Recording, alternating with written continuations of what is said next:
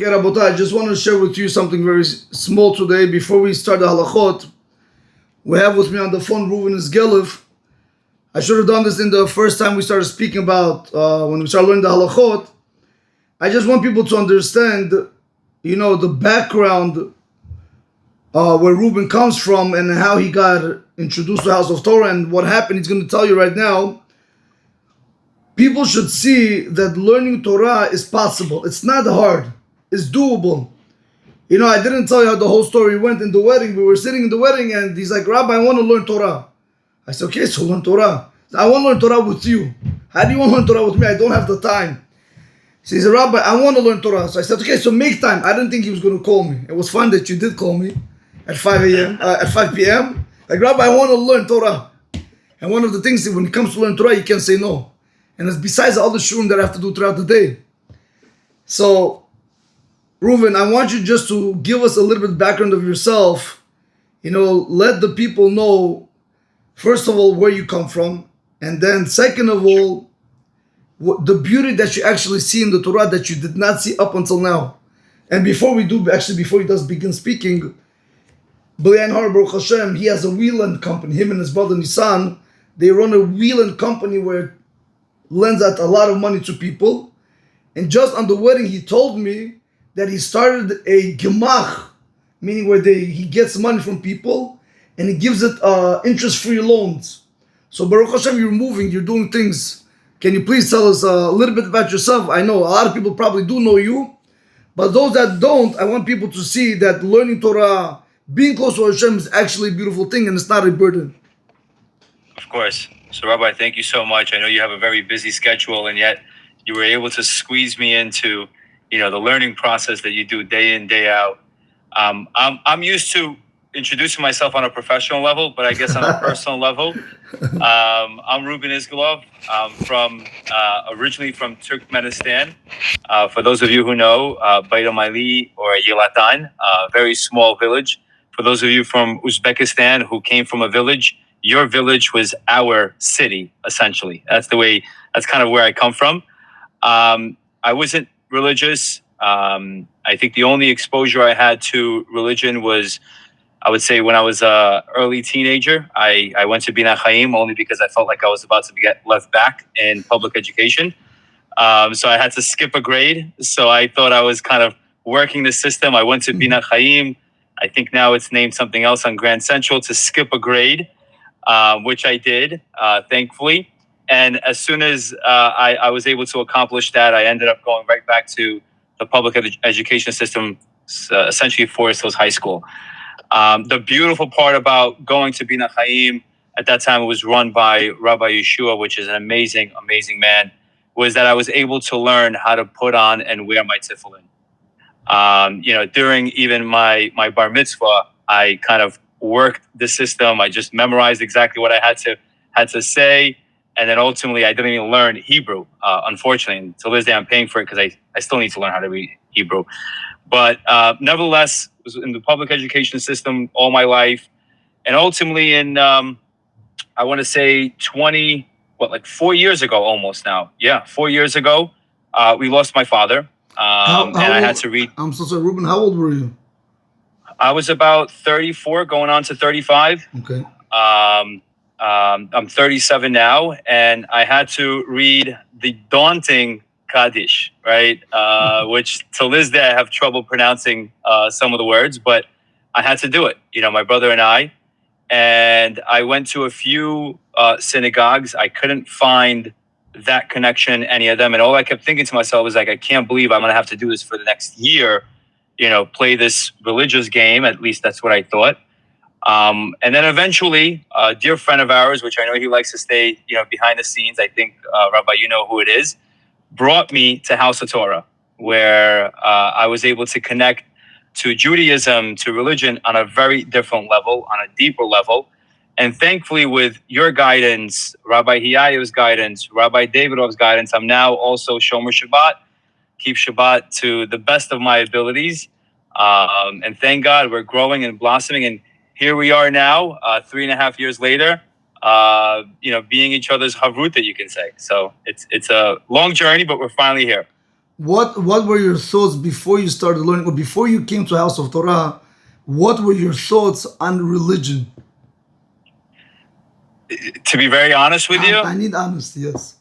I was fearful that it is an impossible thing to accomplish, and it's impossible to do. At least for me, I still find it, hard at times, but it's not as bad.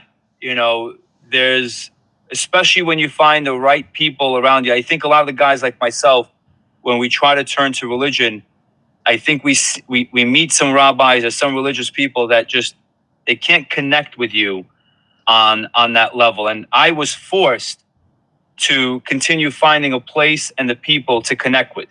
Had my father not passed away, I would have just said, hey, you know what? I'm done with this. I don't want this religious thing. I'll just keep putting on my tefillin and thinking that I'm the best Jew in the world. But, once you find the right group, the right people, the right synagogue, the right rabbis to guide you, it's a lot easier than you think. And it becomes a lot more appetizing than a lot of people think. It's something that you actually look forward to. I had a friend of mine who I don't want to talk in detail about, but he fell off the derrick, and he used to observe Shabbat himself. And he used to tell me, sorry, I'm just getting an incoming call here. He used to tell me the beauty of Shabbat. And I didn't really understand it until I actually started observing Shabbat.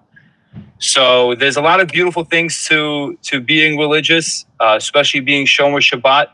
If you look at all the major CEOs that have exited out of their companies, you'll see they usually go on a hiatus. They go on some mountains and they disconnect from the entire world. They have no Wi-Fi. They have no internet connection, no phone. And the only reason why they do that is because they want to be able to attain some type of connection to God, but also get a peace of mind. We as Jews have the ability and the pleasure of doing that every single week. And it's something that, people like myself look forward to on a daily basis. Baruch Hashem, very nice. I want to just, one more question before we continue. I remember you telling me that the biggest regret was not going with your father to shul. If you remember. Man. I know. I don't want to get too emotional, but people have to understand. A lot of times you have parents that they go to shul and children don't go with their parents. They want nothing to do with their parents. I'm not going to say if you could turn back time, because we can't turn back time. Right. But now, excuse me. But now that I see you're bringing your own children to the synagogue, and it just brings us a lot of satisfaction, especially the rabbis, to see that they're able to reach out to people that they thought it's hard, but now that they see it's doable. Especially a lot of times when you come to my parties, you'll think like, what's in a religious party? But you actually come and you actually enjoy yourself. And the crazy part is, who gets to enjoy more is the woman. All the time they say, Rabbi, please have the man on the side so we women can drink. They also want to have their own conversation. They also want to, correct, but when they're in front of men, they can't eat the way they want. They can't, a lot of things they have to be careful the way they. But overall, you're looking at religion as something beautiful. It's not a burden on you. Right. I mean, you came up, Baruch Hashem, you've been learning before, but now I don't know what happened. You wanted to learn more and more Torah, which is something very beautiful. So absolutely. Listen, my father. I appreciate that. My father was a great man. He wasn't a religious man. He was a very big believer in God. But yeah, to your point, I think one of the biggest regrets that I have is, looking at, every Shachrit or Shabbat, when the Kohanim come, I see every father, my father's age, taking their sons under their wing, and giving them the ultimate blessings, for the week, for the day. And the biggest regret that I have is that I didn't really get the chance to do that with my father. So now, thankfully, with your guidance, I have the opportunity of doing that with my sons. Baruch Hashem, Baruch Hashem. I'm very happy. Listen, Mr. Hashem, may you continue to grow in Avodat Hashem. Hashem bless you with all the blessings in the Torah. Anyway, I just wanted to get over. I really wanted people to see that, we're not dealing with people that are religious level, people that are firm from birth. It comes to you. I became religious myself. I started coming close to Hashem when I was almost 21, 23. I started learning halachot when I was almost 30 something. I started learning Gemara when I was almost 26. Again, so also I began late, and when you see two sides of the world, you really know what's the emet. Like there's nothing on the other side. Yeah, it's nice to have good house, good cars, but if you don't have that family, if you don't have that loving wife, if you don't have those children that go on the path of the Torah, you could have all the money in the world, but if you don't, what do you have? You know, You're absolutely right. My son this Shabbat opened up a book, a Gemara book, and he was, he obviously he's learning Hebrew right now, but he was learning it. I was just sitting there, I'm like, I don't even know what he's doing, but yet he's doing it. So beautiful. We're moving them in the right direction. Beautiful.